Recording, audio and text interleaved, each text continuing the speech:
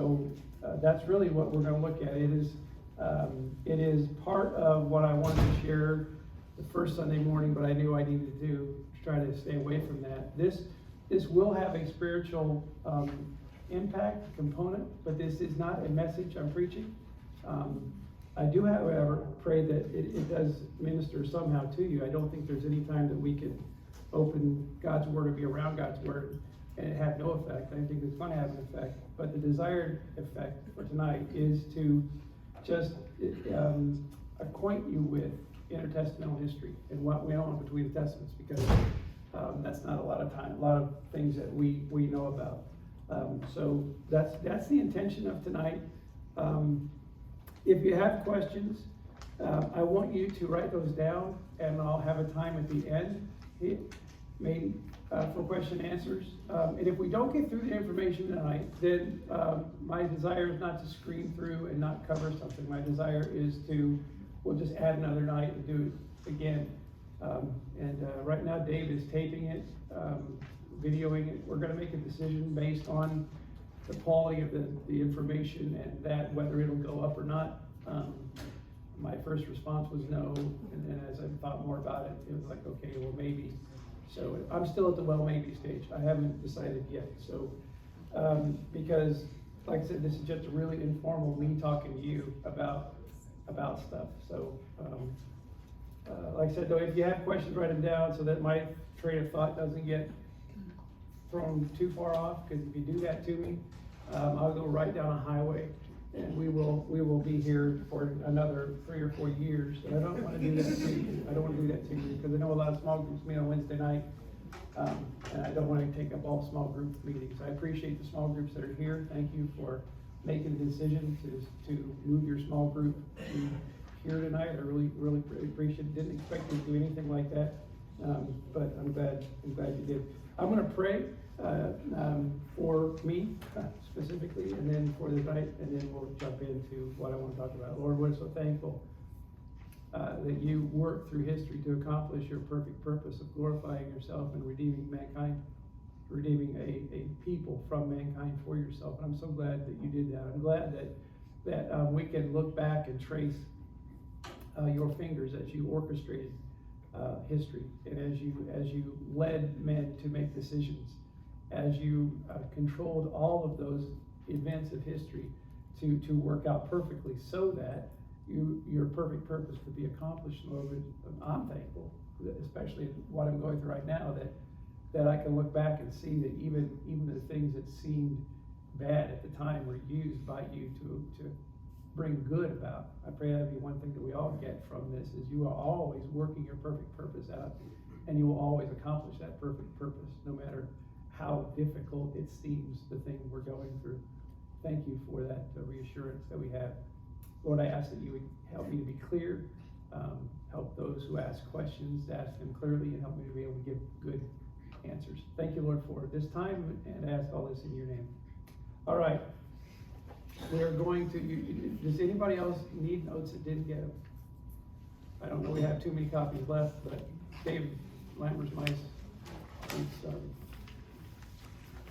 All right. So I on purpose, didn't leave a lot of blanks. I just left blank space for you. Blank space was intentionally left as blank space. But blanks were not intentionally left, so you didn't feel like, oh, I didn't get a blank. I didn't want you to have to do that or walk through that. All right. So what are the silent years? What are the silent years? The silent years are not necessarily a period of time when nothing happened. What they are is a period of time when God seemed silent. When God seemed silent. When there was no revelation from God directly to man. Up until Malachi, you had God revealing himself, really from Abraham through Malachi. He revealed himself regularly in that time period. There were time periods before that when God didn't reveal himself very much. There have been times since when God doesn't reveal himself very much. We could easily call from Christ's return to now another silent period because of the lack of God directly revealing things to us. But we have we have his word. The difference with them is they didn't really have easy access to the word of God. So for them, it would have seemed as if God were silent. But so it's not a time that God didn't do anything. It's not a time that God didn't talk. It was a time that God just didn't reveal anything directly. But we can be assured that things were happening. God was at work. And you can't look back at history and not see God's intentionality and see the fact that God was at work. And he was at work to accomplish his purpose perfectly and to fulfill that. So one of the best sources, well, not one of the best sources, what are some sources? I think that's really important to talk about where we get our history. Because this isn't just something you can wake up and know, right? This is not something you wake up and know. None of us were there. None of us can claim firsthand knowledge of this because none of us were there. But there were some folks who were really close to it that give us a really good picture. So one of the people there is a guy named Josephus, one of my favorite guys. If I had a favorite Old Testament guy or New Testament guy or favorite Jewish guy, it would be Josephus, Jesus of course, but also Josephus. Josephus was a Jewish historian that lived in the first century. He was from about 37 to 100 AD. He lived and he actually recorded history. He did that for Rome. He was a Jewish historian that recorded history for Rome. History tells us that Josephus actually sat on probably the Mount of Olives, and watched the siege of Jerusalem in 70 AD and wrote about it firsthand. So the things that he writes about around 70 AD and a little following, those are firsthand accounts of a guy who was actually there watching it happen. Josephus is really close to the time. And he actually has a book called The Antiquities of the Jews, another book called The Wars of the Jews. I have both. This is called The Complete Works of Josephus. It's not necessarily a really fun read unless you're really into history.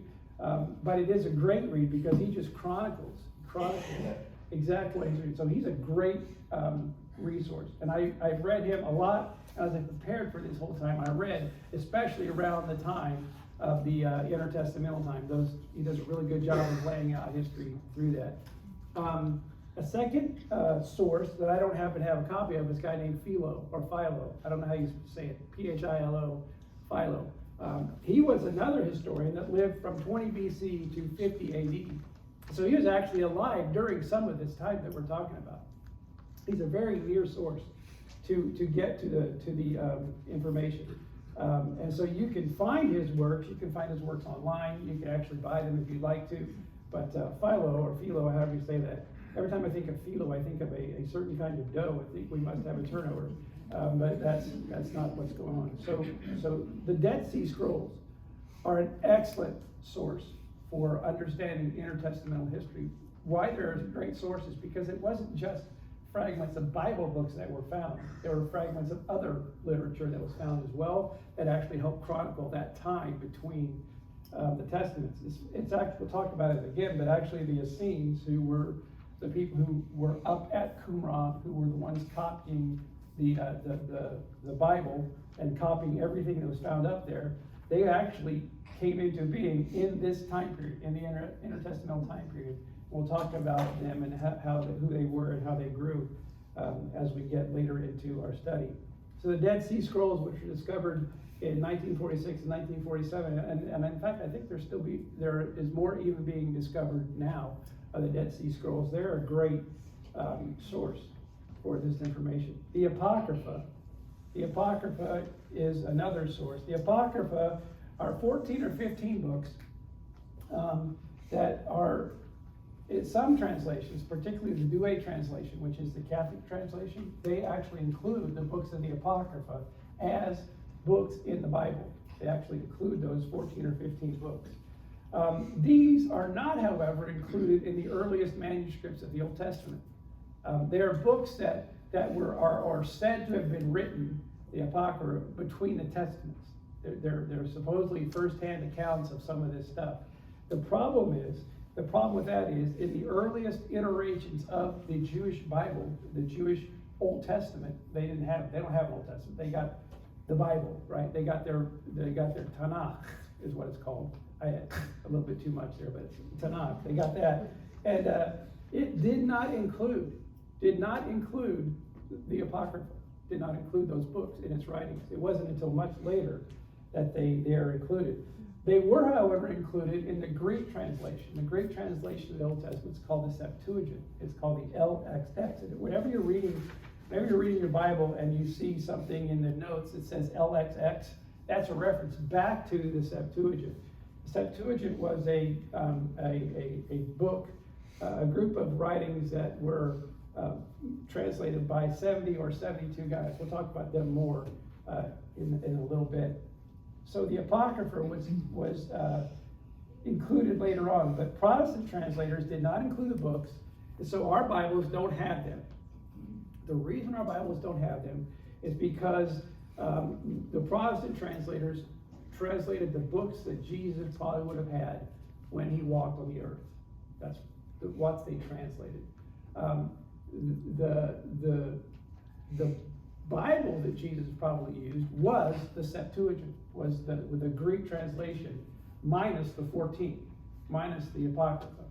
So when you see sometimes a quotation in the Old Testament, New Testament, that's a quotation of the Old, and the words aren't quite the same, the reason is, in the Old Testament it was written in Hebrew, the Apocrypha was written in Greek, and so when the Greek writer wrote it, he wrote it as what he understood to be in Greek. It's a long story. I'll walk you through it sometime, but if I have a chance to. But understand, it's not because they were wrong, because they were quoting exactly what it was that they had read.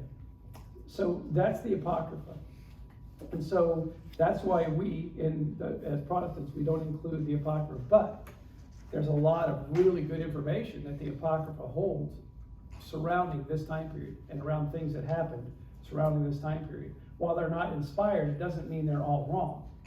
Okay? It doesn't mean they're all wrong. It means that they're not inspired. So you can still read it as a great source of information. Just don't base your life on the things that are said. If there's teaching there, don't base your life on those things. And you can get copies of that any place you want to.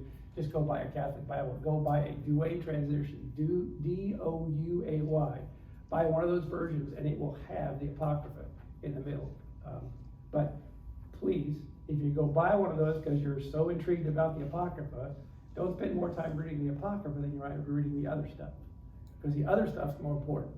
The Apocrypha will just tell you some information that's good information. The rest of it tells you how to live.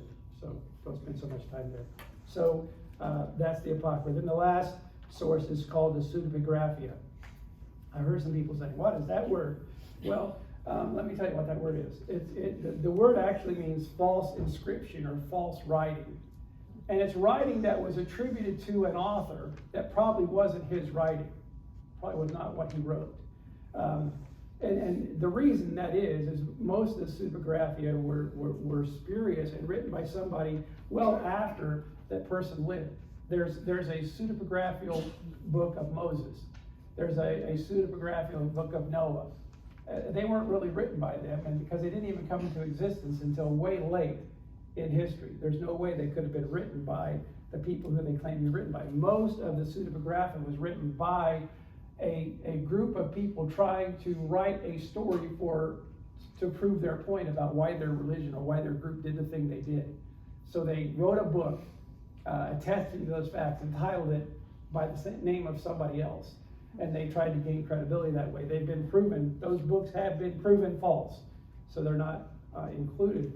But again, while the book itself is not inspired, that doesn't mean we throw all the information in it away. If it can be corroborated by other means, then it's good stuff. And so those are really the 4 or 5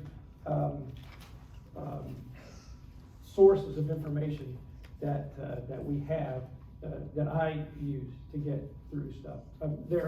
Every Bible, every study Bible, I should say, every study Bible, as you go from Malachi to Matthew, if it's a good study Bible, it will have a Between the Testaments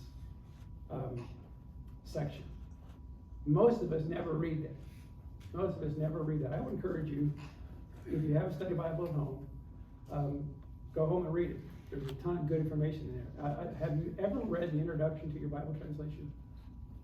Have you ever read that? You should, because the introduction to your Bible translation tells you who translated it, why they translated it, and how they translated it, and how close they stuck to the original meaning of the words. So it's really good to read the introduction to your translation, you've never done that, and to go ahead and read the stuff like in between the testaments. A lot of the stuff I'm going to share could have been found in the study Bible, although some of it probably could not, because I'm going to Josephus and other places as well. I found a really neat book. This is in my library thanks to E.H. Slavin. It's H.A. Ironside. It's his book. I can't even figure out when it was published because there's no copyright date on it. It's just, it's not there. But he was a guy who wrote a long time ago. He wrote the 400 Silent Years. It's a really great resource, a really great book. I think he did a great job. It's not divided the way I'm dividing our subject tonight, but it's a really, if you ever get a chance to get that book, really great. I am not loaning it to you, by the way. You can't. This is one that stays unloaned. I'll let you hold it and read it. Maybe I'll let you hold it. Maybe I'll hold it for you. Because it's not in that great a shape, but it's a really great book, and I don't want anything to happen to this because it was a gift, and it's a great gift that I will treasure. So, yeah, it's a good book. You can't have it. Those are the sources. So I basically shared that to say, this isn't secret knowledge. It's not knowledge that I have to hold on to myself. This is knowledge that we can find if we just look for it. We just look for it. And so the encouragement is to go look for it. Moving on. Now we'll get into the history. Okay, that was just introduction. It's already 7:20. I'm probably not going to make it by 8:30, just so you know. I'm not even going to try. I'm just going to throw it through. So that being said, because I'm not going to get through what I get through, are there any questions to this point? I'll just ask you if there's any questions as I get through a subject. That way we can move forward. Good job, you didn't ask it. Nice, good job. All right. This is typically referred to, the intertestamental period is typically referred to as the Second Temple Period. It lasts from Cyrus' decree to rebuild the temple in 536 BC until the temple is destroyed in 70 AD. It's the Second Temple Period. And that's because it covered the Second Temple. The first temple was Solomon's temple. That wasn't the first place that God met with Israel. The very first place God met with Israel was called the Tabernacle. Very good. Called the Tabernacle. The Tabernacle was mobile. Remember, it was mobile. So it moved all over. It moved to several places as Israel was a nation before they built the temple. The Tabernacle moved around. In fact, for a period of time, it moved around so much the Ark of the Covenant was kept in a tent on top of the mount of where the temple it became, but the tabernacle was still in Shiloh. And so the ark wasn't even kept for a long time where the tabernacle was. The ark was kept by itself in Jerusalem. But David recognizes that's not the way it should be. God should have a house on earth. And so he determines that he's going to build God a house. And God says, great idea, you can't build it. Because of some of the mistakes you've made, because you've been a man of war, there are some things that you've done that prohibit you from building the temple, but your son Solomon will build the temple. So one of the first things, in fact, the very first thing Solomon does as king is he builds the temple. That's the first temple. That first temple was destroyed, completely and totally destroyed. No stone left standing on another. That temple was destroyed in 586 BC by Nebuchadnezzar. In his last deportation of Israel, his last coming to and conquest over Israel, Nebuchadnezzar destroyed the temple completely along with the city of Jerusalem. He destroyed the city completely. Some reports are that he actually sowed salt in the ground so that nothing could grow up again because of all of the attempts and failures of the Jews to revolt against him. He finally got sick of them and said, no, I'm done, and totally destroyed the temple. Cyrus, who is a Persian king, I'm not doing that history lesson today. I wish I could, but I'm not going to. Cyrus is a Persian king. Cyrus then in 536 opens up opportunity to go back and makes a decree that not only could Israel return to their land, but they could rebuild their temple. Cyrus is actually mentioned by Isaiah in the 700s. Isaiah 44, I think it is. Isaiah mentions Cyrus and says, my anointed one Cyrus basically will issue a decree to rebuild the temple. Doesn't give the date, but he says he's going to. And in fact, 200 years later, a guy named Cyrus issues a decree to rebuild the temple. That's a pretty amazing thing that God got that right, but God got that right. No, it's not amazing at all. God always gets it right. So Cyrus issues a decree to rebuild the temple. And at that point, a temple is rebuilt. Now we need to discuss some terms that we might use as we're going through. The first term is called pre-exilic, and it means before the exile. Before the exile. Yeah, John? Was that second temple Herod's temple? Just wait a little bit, we'll get there, I promise. Ooh, on the edge of your seats now, aren't you? Edge of your seats. So pre-exilic literature, or pre-exilic means before the exile, and most of the Old Testament's pre-exilic. It comes before the exile, okay? Most of it is there. It takes place and talks about really the creation of the earth and Israel. Really the focus of the Old Testament is Israel and how they failed before God and how they needed a redeemer. And so most of it happens before the exile. But they failed miserably. They failed to keep God's word. And because of that, they go into the exile. And there are some exilic books. There are some books that are written actually as the exile is happening. The two books, actually three books that are written as the exile is happening and a little bit after are Jeremiah, Ezekiel, and Daniel. Jeremiah writes just prior to the exile and during the exile. Jeremiah starts off by saying, you better repent or God's going to take you away. Then he says, too late, God's going to take you away. And then he says, God took you away. Jeremiah in a nutshell. You just got the outline for Jeremiah. Ezekiel is after they've already been exiled. Ezekiel says, hey, while you're in exile, keep waiting for God. While you're in exile, keep seeking God because he's going to restore Israel. He's going to restore us back. Things are bad, really, really, really bad right now, but God's going to restore us. God's going to restore us. That's the message of Ezekiel. But then also Daniel is an exilic book. It starts off with Daniel being taken into the exile and ends with the Persian king Darius, and that's when Daniel dies. So those are the exilic books. Then you have the post-exilic books, and that means after the exile. Most of the things we'll talk about are after the exile. In fact, almost everything we'll talk about is after the exile. And the books that are included as post-exilic books are Ezra, Esther, Nehemiah, Haggai, Zechariah, Malachi. And we will talk through those. There were three returns, and this will answer John's question about the temple. There were three returns. Three returns to the land. The first is led by Ezra. It's covered in Ezra chapters 1 through 6, and it is basically happened from 537 to 515 BC, and it concerned the rebuilding of the temple. The rebuilding of the temple. It's really hot in here. The rebuilding of I don't say that very much. The rebuilding of the temple. That's what happens in those time periods. 537 BC, a decree is issued by Cyrus to go rebuild the temple. Zerubbabel and Joshua. Zerubbabel is the governor, and Joshua is the priest. They go back with a group of about 55,000 people. Not millions. You'd think they'd go back with millions, but they don't. They go back with 55,000 people, and they rebuild the temple. It takes them 4 years to lay the foundation. And then, after they lay the foundation, they stop working because of opposition, because of trial, because of problems. They stop working. And then you got these two prophets come on the scene, Haggai and Zechariah. The Haggai and Zechariah say, "Get back to work," and call the people back to work. They get back to work, and they finish the temple in 516. It's dedicated in 515 BC, and they have this new temple. There's a problem though. The new temple is ugly. It's not like what they knew. And Haggai has to actually encourage the builders of the temple not to be discouraged, because the old folks who had been around and saw Solomon's temple and the glory of Solomon's temple were saying, this thing is hideous. This thing is so atrocious. It's nothing. It's a little wooden box. We built a little wooden box for God to live in. And so they were ashamed of this temple. They were very ashamed of the temple.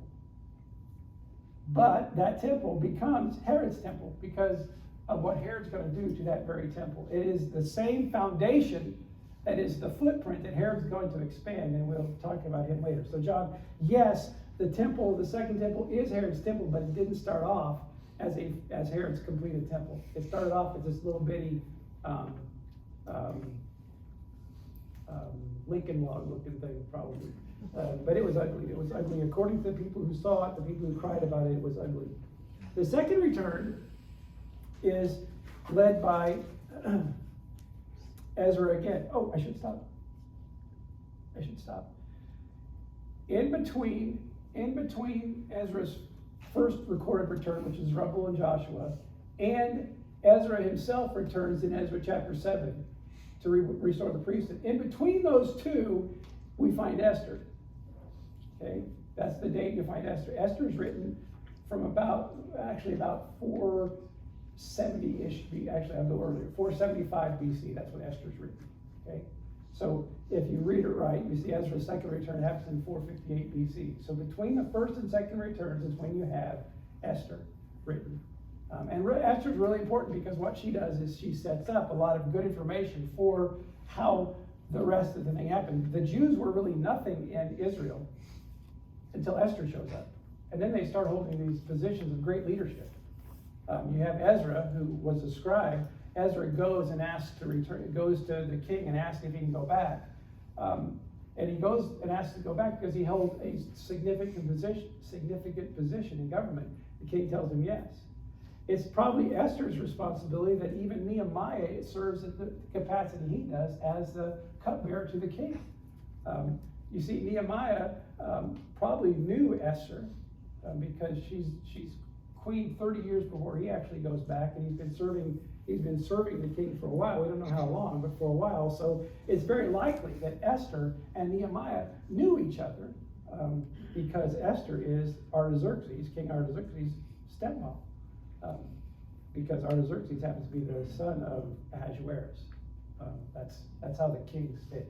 You have Ahasuerus, who is Xerxes. His son is Artaxerxes. From him and Bathsheba. Bathsheba is dethroned and Esther takes the place. So Esther is actually the stepmom of Artaxerxes, the king who would be king in Nehemiah's day. And Nehemiah leads the third return. Ezra's second return was to go rebuild the priesthood. Then Nehemiah leads the third return in 445 to 432 BC. And Nehemiah leads the return to reestablish the wall. The wall is torn down. The city is left unprotected. So Nehemiah in 445 BC leads the return. The king in Nehemiah's day is Artaxerxes, and his prophet would be Malachi. So under Ezra, the king would be Artaxerxes. There was no prophet at that time, but the king would be Artaxerxes. Nehemiah's king is still Artaxerxes, prophet being Malachi. Malachi is, however, the last prophet, and after about 432 BC, God goes silent. And he doesn't speak directly to a person through vision, through dreams, through anything for 400 years. The next time we see God speaking to anybody through any kind of reason except the word is when an angel appears to a guy named Zechariah. That's when everything is broken. That's when the silence is broken. And Zechariah just happened to be in it. Well, okay, I'll do it. Zechariah just happened to be in, just so happened Zechariah was the guy going into the holy place to offer on the altar of incense, to the altar of incense. And it just so happens that the angel says, I've heard your prayer. What does the altar of incense represent? Prayers. You know how many times a priest would get the opportunity to light the altar of incense? Maybe once in their life. Maybe one time in their entire life they would get the opportunity to do that. It just so happens that Zechariah is in there lighting the altar of incense. The angel appears and says, I've heard your prayer. I've heard your prayer. But what did the prayer of the incense represent? The prayers of the priest? The prayers of all the people. They're crying for deliverance. They're crying for release. And God says, I've heard your prayer, and I'm going to send someone. I'm going to send someone to deliver you. That's the hint that's there. So that's when it's broken, and then you have the New Testament. Move forward from there. So those are kind of some just the overall. What did I call that in the notes? The 3 returns. 3 returns. That's just after that. There's something else. Overview, something like that. Yeah, overview. That's the overview of the time. Now we'll look at the political issues that are going on, the political things that are happening during that time to set up the return or the coming of Jesus. There are political things talked about. They are talked about in Daniel 2, Daniel 7, and Daniel 9. Daniel does a great job of laying out history before it happened. It's very interesting to me as you read Daniel 2, Daniel 7, and Daniel 9. It looks like somebody, Daniel actually 9 through 11, it looks like somebody is looking backward in history and writing what happens. Daniel is not looking backwards. Daniel is looking forward in history and telling us what is going to happen. And it is remarkable the precision that Daniel has in looking at 400 years into the future and getting it right. Getting it right. I mean, it is truly amazing. If you have the opportunity, I would encourage you, here's how you can do it. David Jeremiah wrote a book. So just because I'm saying David Jeremiah wrote a book doesn't mean you should go out and buy every book David Jeremiah writes. Or I'm not condoning everything he's written. I'm not saying that. I am saying this. I'm not discounting anything he's written either. But he did write a book called The Handwriting on the Wall. It's a treatment of the book of Daniel. And I think in the last maybe 3 chapters of that book, he walks through Daniel and lays alongside of it the history, especially the Greek history of the Seleucids and the Ptolemies. Lays aside what Daniel said was going to happen and what actually happened. And it looks like it's right from the newspaper. And it's truly amazing how precise and it shouldn't be amazing. It is, but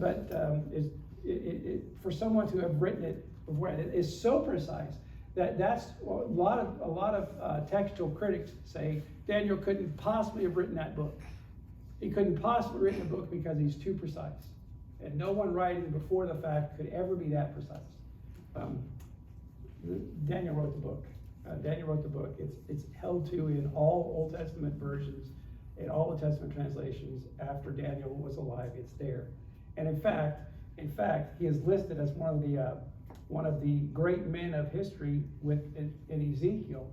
When Ezekiel says about how bad off Israel is, Ezekiel says if Job and Noah and Daniel were to go back, that nation still couldn't be saved.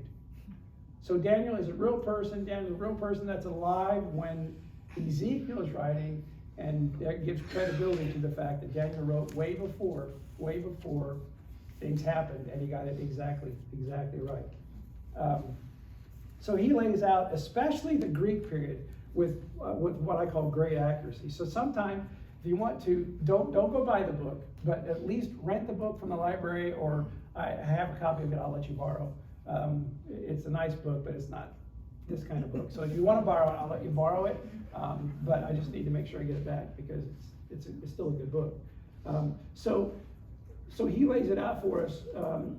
In Daniel, David Jeremiah lays out for us. And so we're going to actually walk through the different periods of history. The first is I don't have it on there, it's the Babylonian period. I don't have it on there because it really isn't between the Testaments. The Babylonian period stops at about 539 BC. Something significant happens in 539 BC. In 539 BC, there's a guy named Belshazzar.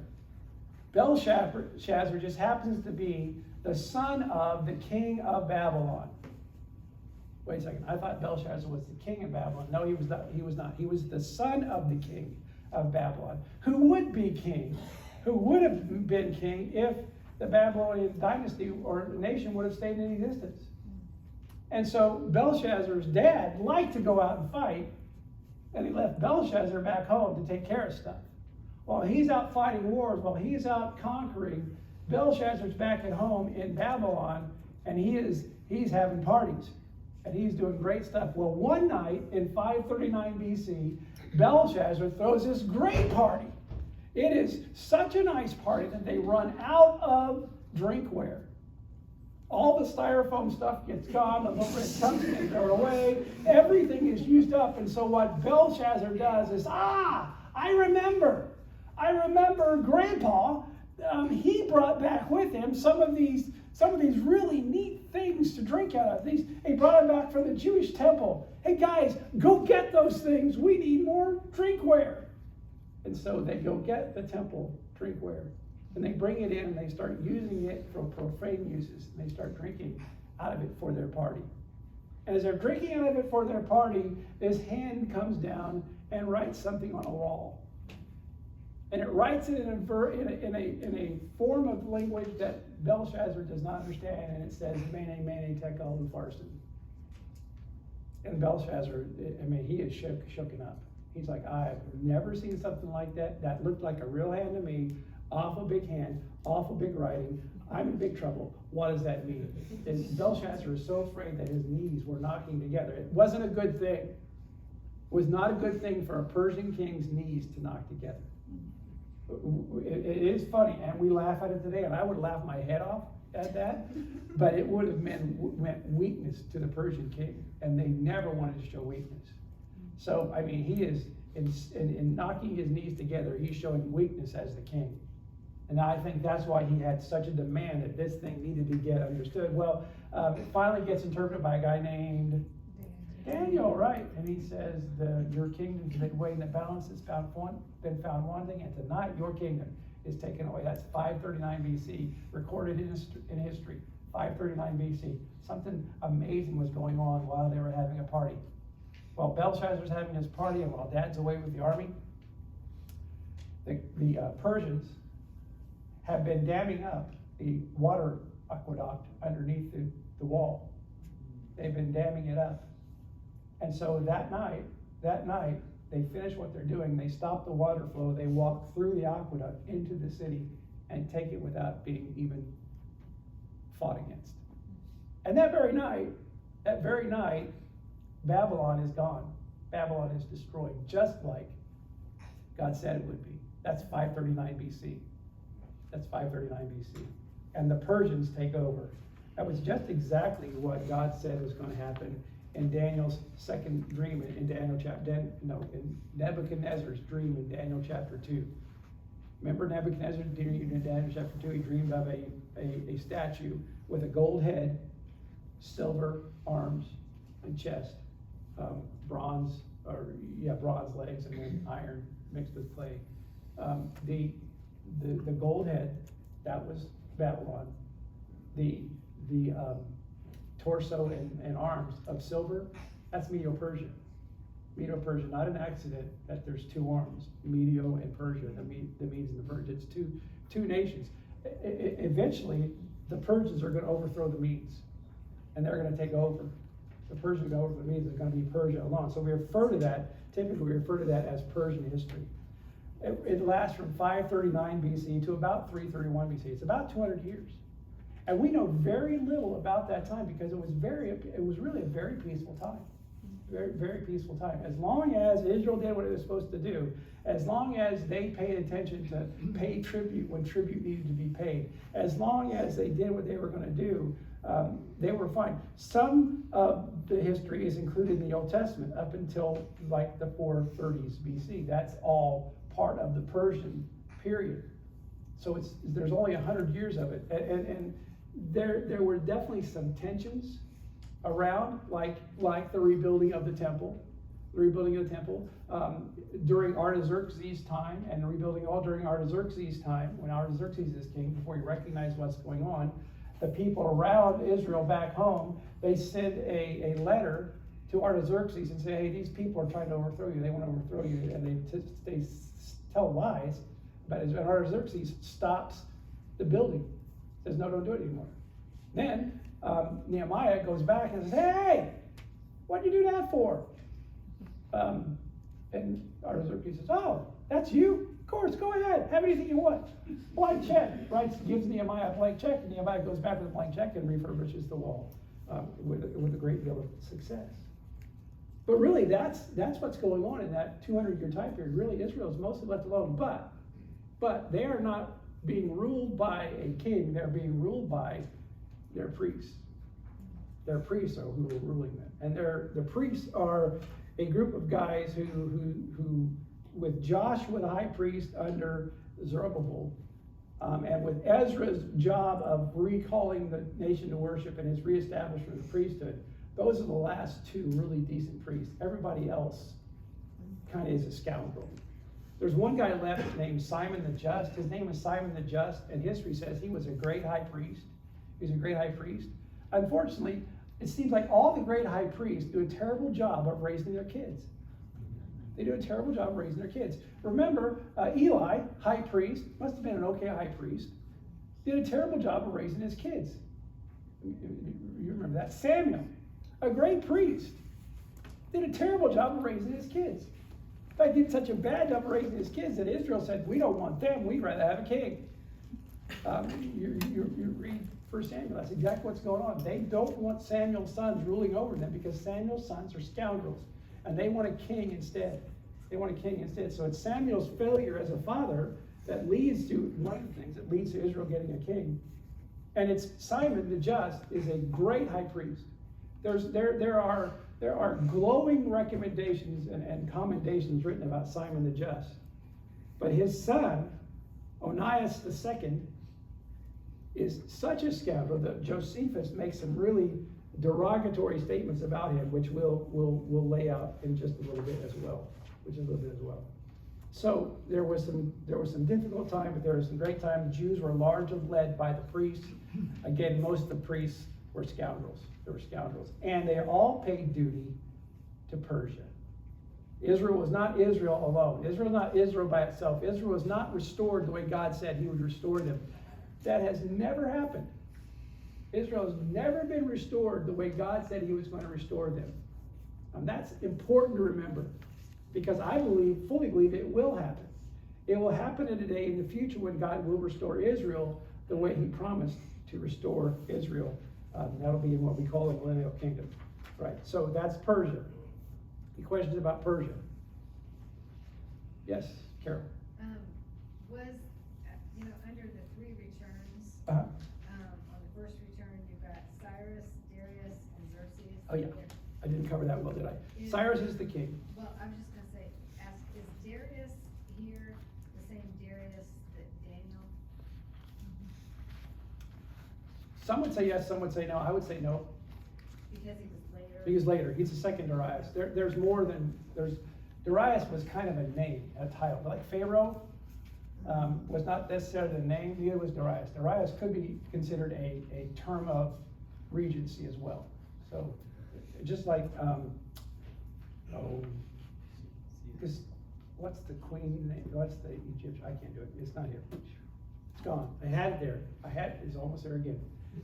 Queen of Ethiopia, what was she called? Queen of Sheba? No, the Queen of Ethiopia, not Sheba.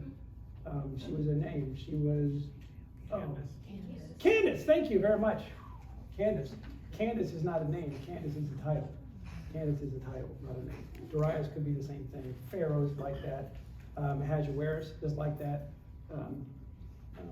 So there you have it. Good, thank you. I would be up all night thinking about that. Good question though. Good question though. Any other question? That's a different Darius. Or Darius. Any others? Okay, man, I'm doing such a good job answering all those questions because you don't have questions to have, right? That's how I got.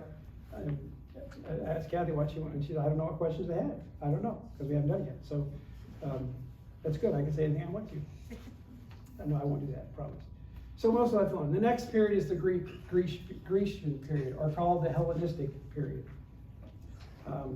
When you see Hellenistic Jews or the Hellenists, those are always references to Greek and the Greekanization of people, the Hellenization of people. This was, the main leader was Alexander the Great. He conquered the Persians. Throughout the history of the Persians and the Greeks, there have always been these conflicts. Okay, I see like 3 or 4 people yawning right now. So, do you need to stand up and stretch a little bit? It's been like 50 minutes. I'm still fine, but I'm standing up. Feel free, if you need to stand up, feel free to do so and go stand at the back or whatever. I'll definitely make fun of you. I won't make fun of you. I won't even do that. But no, stop it. But if you need to stand up, please, feel free to go ahead and do so. I know for a lot of us, history is not the most fun thing in the world. For me, it's just amazing, beautiful. So Alexander the Great was the conquering king of Greece. He's the one who finally conquered the world. There are all these battles. If you've ever watched the movie The 300, which you shouldn't, by the way, if you have, shame on you. But the movie The 300, in its essence, is about some of these Grecian, Persian wars that go on. There were 300 soldiers of Persia that protected them, or Greece. I'm sorry, Spartan soldiers of Greece that protected them. They were vicious people. Cyrus numerous times tried to go in and take over certain parts of Persia. Xerxes, hilarious story. Xerxes, who is Ahasuerus, Esther's queen. You remember he has that big party? Esther 1, he has that great big party. That is thought to be the planning party for his excursion into Greece one more time. You see, the Persians were so smart. They thought that the best planning was done when the gods were speaking through you, and the gods spoke best through you when you were absolutely pasted and drunk. So I'm not making that up, they drank for 6 months, they drank before they made their battle plans to go against Greece. And you wonder why it is they lost. Because that's how they were making their battle plans. So they, for 6 months, had this party, made their battle plan, went to battle. At one point, they're trying to build a bridge across a river, and they're having a real struggle building a bridge across the river. So Xerxes orders 300 of his soldiers to go down with whips and beat the river, because it wasn't acknowledging him as King of Kings. He called himself King of Kings and Lord of Lords. That's what Xerxes called himself. That's in fact what Xerxes means, is King of Kings. And so he called himself that. Not only did he have 300 men beat the river, but he had all the engineers that were building the bridge and failed, he had all of them executed. That's the great guy Xerxes was. That's the great leaders of the Persians. They're wonderful, wonderful people you want to get to know. No, you don't really want to get to know. They're terrible people. But there are these fights. And so Darius, I think the Darius of Daniel, he says, I want to win for my dad. So he actually makes an excursion into Greece and fails. And there's failure after failure after failure until finally this guy named Philip of Macedonia becomes to power, and he begins to win victory after victory after victory. And his son Alexander takes over. And Alexander, we know him as Alexander the Great. Alexander the Great. I'm not sure why we call him Alexander the Great, because he wasn't great for very long. He wasn't great for a long time. History tells us that he finally conquered the world in about 323 BC is when he finally conquered the world. And then he drank himself to death that night. The very night that he finally conquered the world, history says he drank himself to death. Drank himself to death. And because he wasn't planning on dying like that, and because his only son had died in infancy, he left no heir. He left no one to really step up and take the kingdom. He left no one that could do it. And so, after Alexander the Great dies, his kingdom is divided up between his four generals. His four generals are named for you there. There's Seleucid and Ptolemy and Cassander and the Elwin. Lycicus or what is it? Antiochus. Yes, that's the one. It's spelled really weird. And how does it go again? I didn't put that down in my notes. Antigonus, right? There's a G in it? Yeah, good. Antigonus. We don't need to know much about Cassander and Antigonus. They don't play any role in what our history is at all. Just know they were four of the kings. They got a fourth of Alexander's kingdom. The two that matter to us are Seleucus and Ptolemy. They're the two that matter. Seleucus is the king who takes Syria and north, and Ptolemy is the king who takes just south of Syria, down into Egypt. Who takes Israel? Who takes Israel? Siri thought I was talking to her. Who takes, because he said, I said Siri. She kept, what do you want? What do you want? That's it, go to bed, go to bed. So who takes Palestine? I don't like calling it Palestine because Palestine's a relationship to the Philistines. Palestine, Philistines, and it's not really the Philistines' land. It's really Israel. So let's call it Israel, not Palestine. So who takes Israel? Well, no one's really sure, but you know what? There's a road. There's a road that goes right through Israel. That's really important. It's really important if you can control that road. It's called the King's Highway. And throughout all of history, that little thing called the King's Highway, that little road, that access between Europe and Asia and Africa has been a super important place of land. And it's always been fought over. And because the Ptolemies wanted it, they fought against the Seleucids, and there was a battle between those two kings for years and years and years and years and years. They fought each other over possession of this part of the world. There is a really good, if you have an ESV study Bible, now it's not a MacArthur ESV study Bible, but an ESV study Bible. You buy them at the store, they're found like an orange and black box. It's got to say ESV study Bible on it, all right? It has on page 1612, if it's like mine. Mine's kind of big. I don't know, maybe it's not like that, but on page 1612 of mine, it's got a great chart. It's got a great chart of the Ptolemies and the Seleucids side by side, and runs them down by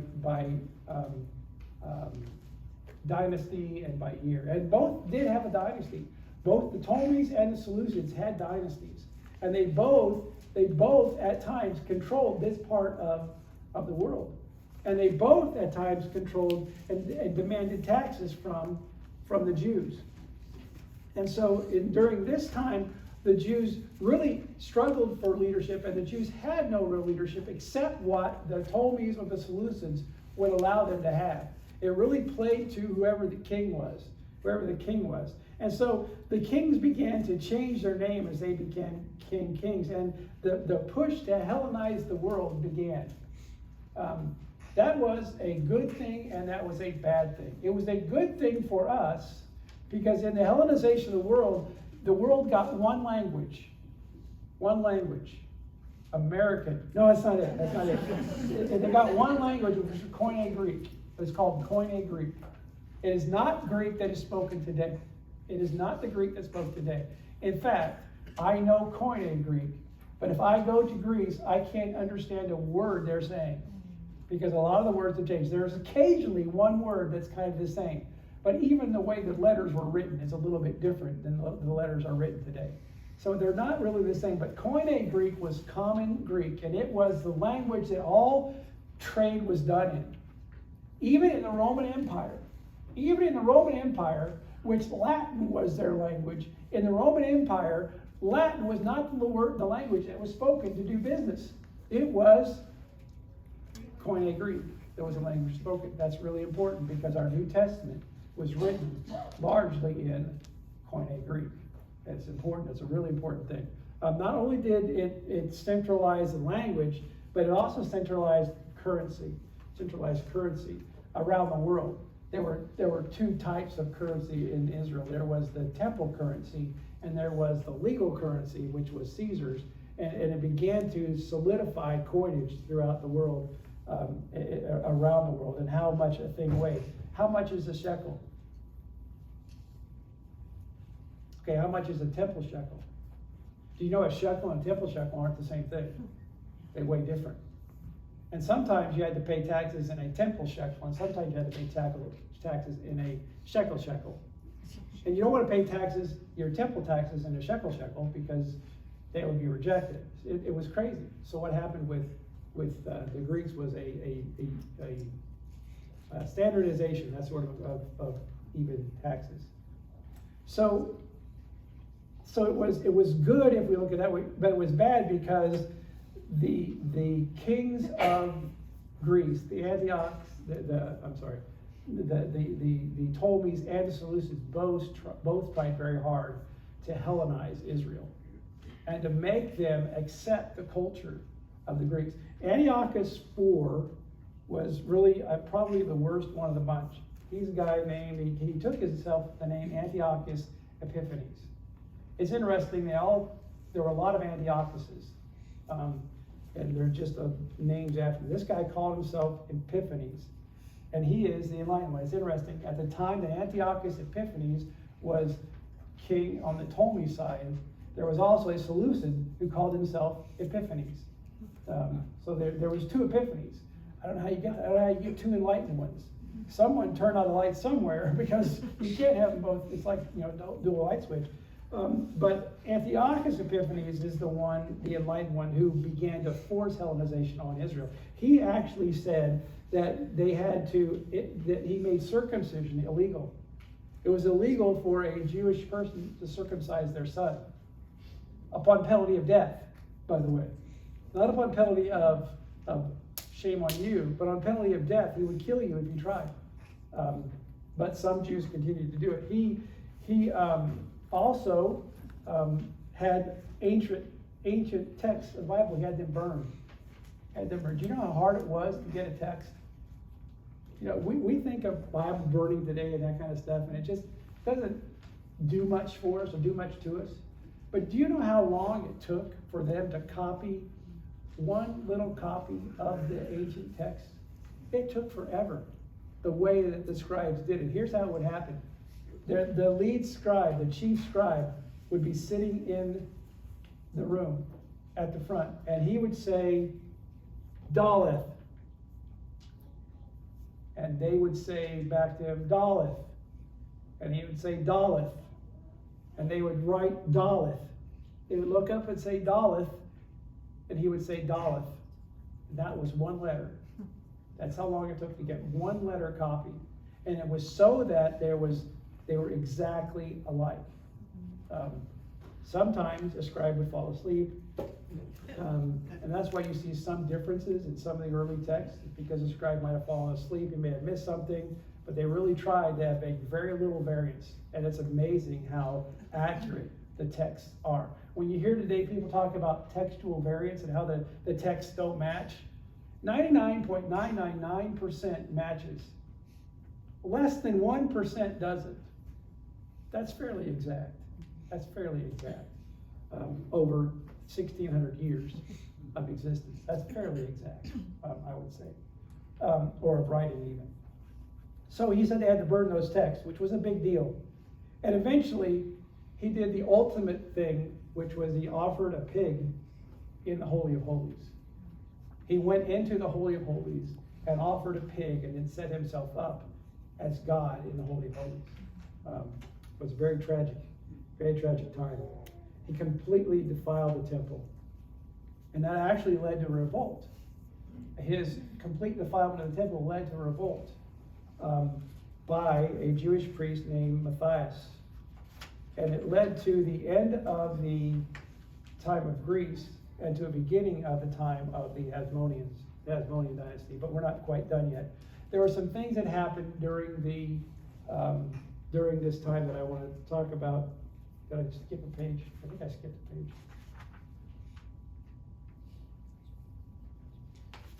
We got a page out of it. Well, I'll do this and we'll talk about it. Hanukkah, the holiday Hanukkah. I'll just do it this way. There are two holidays that the Jews celebrate that are not biblical holidays. There are two feasts that God did not institute. Two feasts. Do you know what they are? Hanukkah and Purim are the two feasts that God did not institute. There's no place in the Old Testament, no place in the first 5 books that Hanukkah and Purim are instituted and said, here's how you celebrate the holidays. No place. Purim came about because of Esther and Mordecai's overthrow of what Haman was trying to do to them. That happened almost between the Testaments, but it happened when Esther was queen at about 473 BC. That's when that happened. Hanukkah happened at about 164 because Antiochus IV completely trashed the temple. And the Matthias came in. He was a priest, and he got angry. He got angry and raised a revolt. He raised a revolt against Antiochus and won, and retook the temple, and cleaned it out and got it pure again as a priest could. He acted then as the high priest. The problem was when he got there, the law says you have to keep the candlestick burning, right? It says Aaron and sons shall keep this as a testament forever. How it says there was only enough oil left for one day. Only enough oil left for one day, and there was going to be a trek to get oil there. It was going to take at least 7 more days to get oil there. 8 days. Guess how long the candlestick supposedly burned? 8 days. 8 days. That's why a Hanukkah menorah has 8, not just the regular 7 candlesticks. So you can see a menorah, a Hanukkah menorah looks different than regular menorahs do. It's not the same thing. It has an extra because of the extra day. Some Hanukkah have 8, some have 9, depending on what one they use to light with. If you use the middle one to light with, and it's got 9 candles, not 7. So they're different. And that's why it's different, because it celebrates the 8 days that supposedly God allowed the candlestick to burn when there was no oil for it to burn. It kept burning for those 8 days. So that's what Hanukkah celebrates. That's what Hanukkah came into being. It's interesting that Jesus celebrates both Hanukkah and Purim in his life on the earth. He celebrates Hanukkah on the Feast of Dedication. That's what it became, the Feast of Dedication. When you read New Testament Feast of Dedication, read Hanukkah. And then in John 5, he goes to the temple on a holiday. And as he's going to the temple, he sees a lame guy laying beside the pool of Bethesda. He asks the lame guy, "Do you want to be healed?" And the lame guy says, "I can't make it to the pool. Can't make it to the pool." And Jesus heals him. You know that story? The only feast, if you go back to Jesus' life and the years around it, the only feast that fell any time at all during Jesus' public ministry that fell on the Sabbath, the only feast that fell on the Sabbath in Jesus' ministry is Purim. It's the only feast. And one of the things that they did on Purim, one of the things that you do on Purim is you do good deeds for the less fortunate. And so Jesus is actually celebrating Purim by doing a good deed for a guy who couldn't get up and walk to the pool to get in. So pretty amazing. So they both got celebrated. So just because they weren't prescribed by God doesn't mean they weren't celebrated by God, because Jesus celebrated both of them. All right. Where am I? I am now going to, I don't know if I said this or not, during the first, did I say that it was during this time that the Septuagint was translated? Did I say that yet? Okay, it was during this time the Septuagint was translated. Ptolemy, one of the guys who was a southern king, Ptolemy Philadelphus, actually initiated this Greek translation of the Hebrew Old Testament. And it was largely thought that there were 70 translators, and that's why it became the LXX. Problem, there were 72. There were 72 translators as listed on the list of translators. There were 72 guys' names listed, but it's always been referred to as the LXX, which means 70. You know what I'll never do is I'll never see Subaru LXX. I'll never do that. All right. So I think I got everything on that page. Oh, no, I didn't. So during the time of both the Persians and the Grecian time, the Hellenistic period, who really ruled Israel were the Persian kings or the Greek kings. The priest held authority. And they both became very powerful and very corrupt during that time period. During this time period, the priest grew in power because they had aligned themselves with the leadership, And they became very corrupt because it became about how much money could you make? How much money could you make? The high priest in this time period no longer became a direct descendant of the high priest who was just high priest, but rather it became a political appointment. You still had to be a Levite. Okay, you still had to be a Levite. That was still a requirement. But you had to be the best friend of whoever the king was at that time, because he would then appoint you to that position. That is still going on when Jesus is walking on the earth. There's still that thing going on for high priest. The high priest of Jesus' day is a guy called Annas, right? And Annas has actually stepped aside for the year and given his son-in-law Caiaphas the actual high priesthood. That's why it's kind of confusing when you see Jesus being led to people's houses and he goes to two high priests. Why does Jesus go to two high priests? Because there were two high priests. There was one called Caiaphas, who was the son-in-law of the high priest, Annas. And Annas had given his authority to Caiaphas that year, the year that Jesus died. So that's why you see two high priests. But they were there was they were appointed by government officials, and really it's due to their failure, the failure of them to contain Israel's high priest. Like I said before, Simon the Just, when he died, his son Onias II became the high priest. And he was such a bad man. That Josephus said something really bad about him, and I can't find it.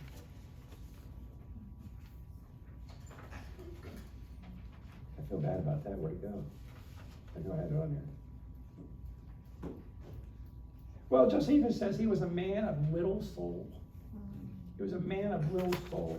That's what Josephus calls him. And he was clearly a king who all he wanted was what he could get. At that time also, at the time of Onias II, there was a guy named Joseph. Joseph was his cousin. And Joseph, the cousin of Onias, decided he wanted to be in getting some cash too. And so he actually made a deal with the Egyptian king, who was a Ptolemy.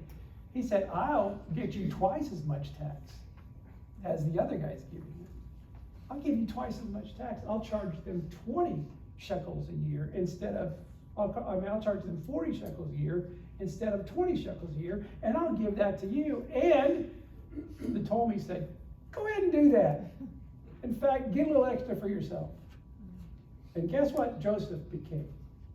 The very first publican. The very first publican. Publicans were hated people. And they still existed. They still existed in Jesus' time. All right, let's keep going. Any questions about the Greeks? Yes, David Smith. The priests, Yes. either at that time or around that time, were they of the line of Aaron? Yes. All priests, in fact, even as far as Zerubbabel and Joshua, when they come back, Joshua, that high priest at that point, is a Levitical Aaronic priest.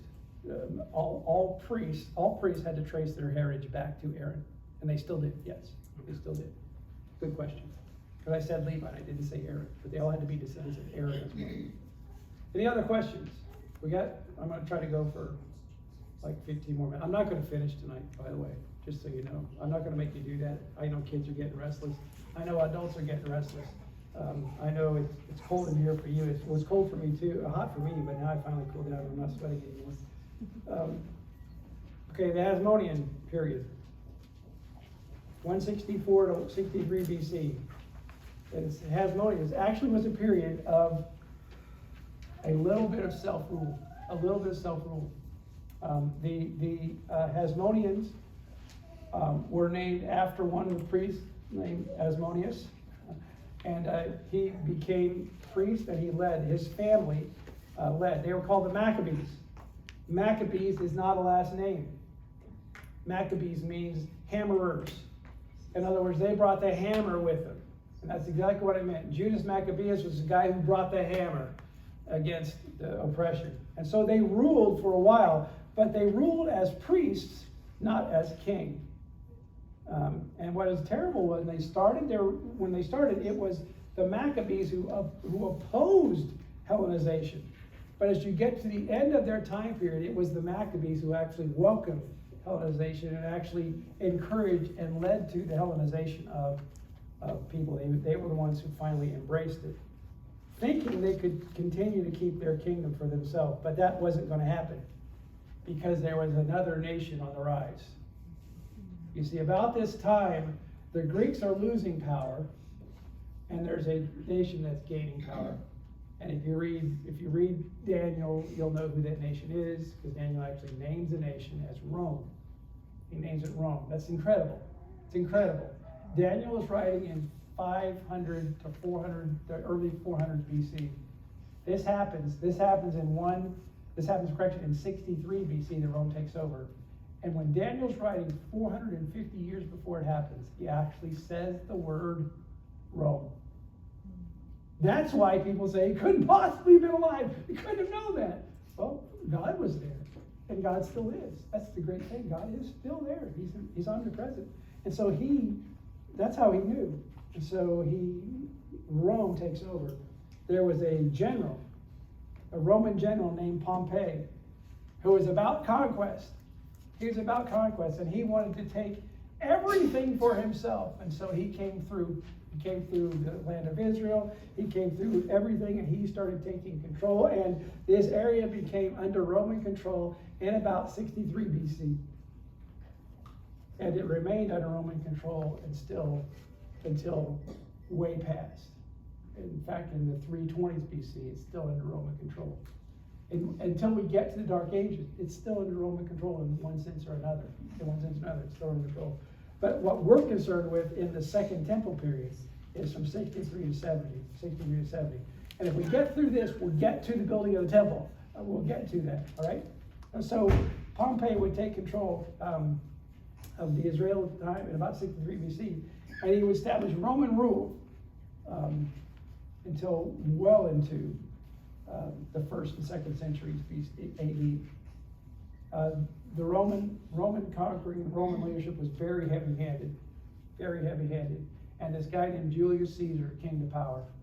He convinced the Senate to elect him as emperor. See, there was no emperor in Rome until Julius Caesar. Julius Caesar went to the Senate and convinced the Senate that they needed an emperor. And the Senate said, yes, we do. And they elected him. They elected Julius Caesar as emperor. He didn't serve long because he wasn't wearing the Ides of March. He should have. If you've ever read Julius Caesar, the first thing that happens is the soothsayer comes out and approaches Julius Caesar, and he or she, whoever soothsayer has been played by, says, beware the Ides of March. Beware the Ides of March. I had somebody say that the other day, like on March 6th, and they said, beware the Ides of March. I said, no, the Ides of March is March 15th, because that's the day Julius Caesar died. He died yesterday.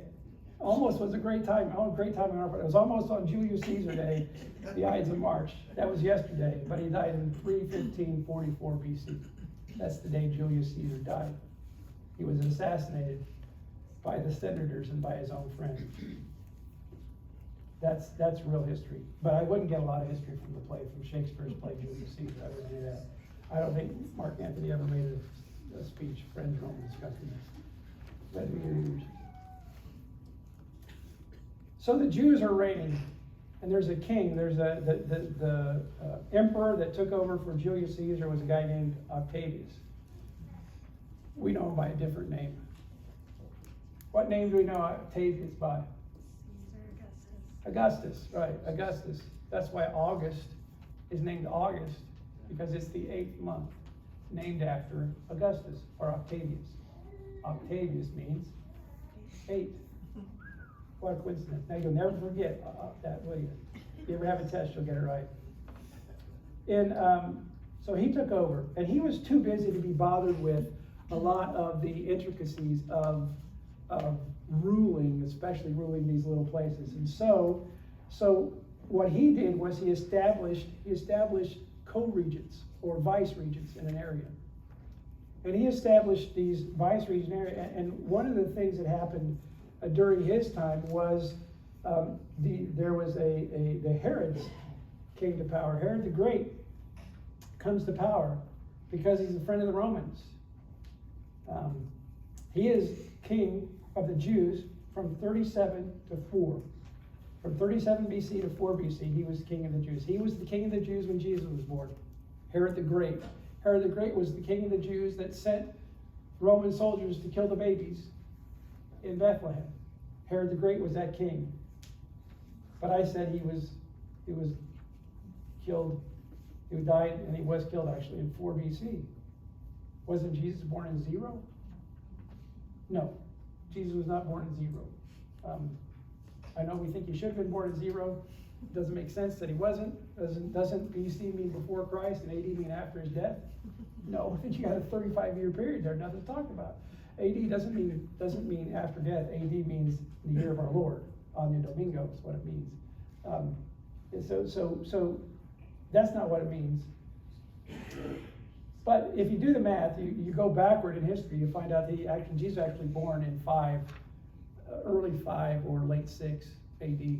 So Herod the Great would have been king for 2 years after Jesus was born. King for 2 years. Brian, Yes. so do you mean Herod the Great was king from 37 BC to 4 AD? 4 BC. 4 BC? 4 BC. And when did you say? Jesus was born in the late 6 or early 5 BC. Yeah. So I knew I'd get you on that one. I knew it. I should have passed it. That's confusing to us, right? Because we think 0. We think Jesus was born in 0. Jesus was not born in 0. No book of history will tell you Jesus was born in 0. If you get a book of history that says Jesus was born in 0, just go ahead and throw that book away. It's not worth what you paid for it. Maybe send it back on Amazon, something, because you don't want that book. It's not accurate. It's not right. Jesus was not born on 0. The earliest Jesus was born was 4 BC. But if you do the math backward and you understand what was going on, he was probably born in either late 6 or early 5. That sounds backwards, right? Yeah, because we're going backwards. We're going toward 0. We're going toward 0, not away from 0. Get yourself a number line and you can see it. It makes total sense on a number line, I promise. So we're going away from big numbers to small numbers, and so from 6 to 5. Herod the Great was the king. Herod the Great was the Herod who said, where is he that's been born king of the Jews? Where is this guy? And he's the guy that sends people to go kill babies in Bethlehem. He's the guy. What age babies does he have killed in Bethlehem? 2 years old and under.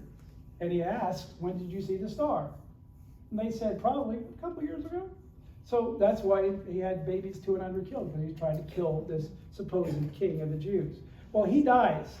Shortly after this, some actually attest or attribute his death to like a nervous kind of breakdown because of all the things that are going on. And when he dies, he has 3 sons. 3 sons. And these 3 sons are the ones who then take over. Because Augustus doesn't want to have any kind of problem, he actually divides Herod's kingdom into 3 tetrarchs, 3 tetrarchies. So a third of the kingdom. One of those is Herod Archelaus, Archelus. Did I write it out on there? Okay, good choice on my part. He was the king who was the ruler over Judea and Samaria and Idumea. They're all Idumeans, by the way. Idumean is the race of the Herods. They're not Jewish. I know a lot of times we think that the Idumeans, the Herods, were Jewish people. They're not. And here's where we get to the temple. They're not Jews. They're Idumeans. Idumeans. What does that sound like to you? Idumeans. Maybe Edomites. Yeah, they're Edomites. They're related to the Jews. They're cousins. You know who their daddy is? Esau. And so here you have a descendant of Esau ruling over the Jews. Was that supposed to happen? No. So Herod the Great, in order to endear himself to Israel, in order to endear himself to the Jews and make himself popular to them, undertakes this huge building project of rebuilding for them a temple. A temple. And so he takes this little scroungy looking thing that was done by Zerubbabel and Joshua, the high priest, clear back in 536 to 515 BC. He takes that and expands it and makes it this beautiful thing. Makes it this beautiful thing, beautifully expansive thing. And it grows and it grows and it grows. And history tells us that it wasn't even completed when it was destroyed by the Romans. There was still renovations being done on the temple when it was destroyed by the Romans. But if you understand what Herod the Great did, I mean, he cleared out a 40-acre thing on top of the Temple Mount, brought in landfill, and built this huge Temple Mount that we walk on today when we go to Israel and walk on the Temple Mount. We walk on Herod's Temple Mount.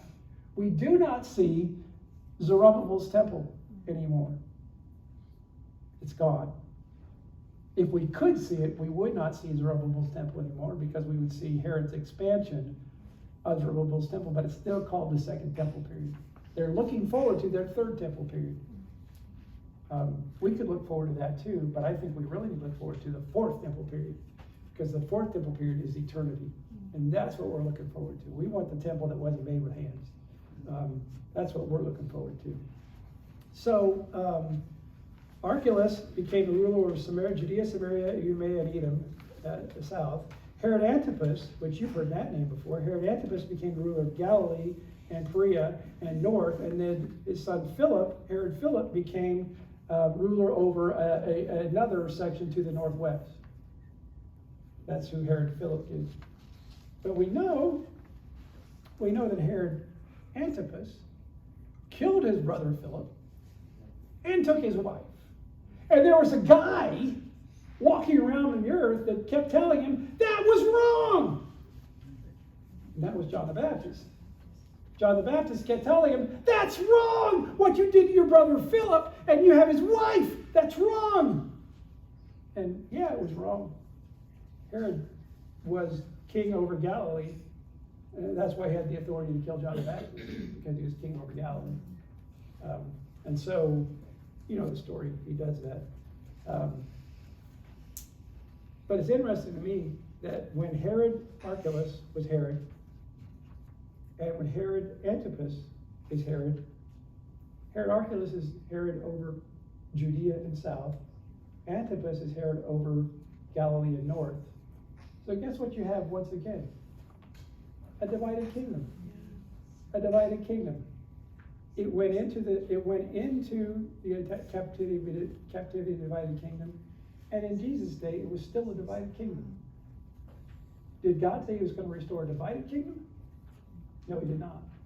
No, he did not. He said he's going to restore them as a nation. He has not yet done that. He has not yet done that. I fully believe he's going to. Fully believe he's going to. That's where we're going to stop tonight. Sorry, we didn't get finished. We'll do this maybe in a couple weeks or whatever. I don't know. Whenever I can sneak it in again, we'll do it. I had fun. I hope it was informative and it wasn't putting you to sleep or whatever. But if it was, that's fine. Any last minute questions before we go? Any last minute questions before we go? I'm a Baptist preacher. I need a hand or two. I see that head. Amen. Amen. I see that. Thank you, Mark. Thank you. A man gets saved just now. Thank you. It's the second time he's done it this week. Appreciate it. All right. Well, thanks for coming. Thank you. Thank you. You're welcome. I appreciate that. And since I already have it done, it'll be no hard work at all for me to do it next time. Although, what'll happen is I'll find 2 more hours worth of stuff. So I really try not to do that. Y'all can go wherever you want to. Thanks for coming. I'll send out a thing when we're going to do it again. Bye.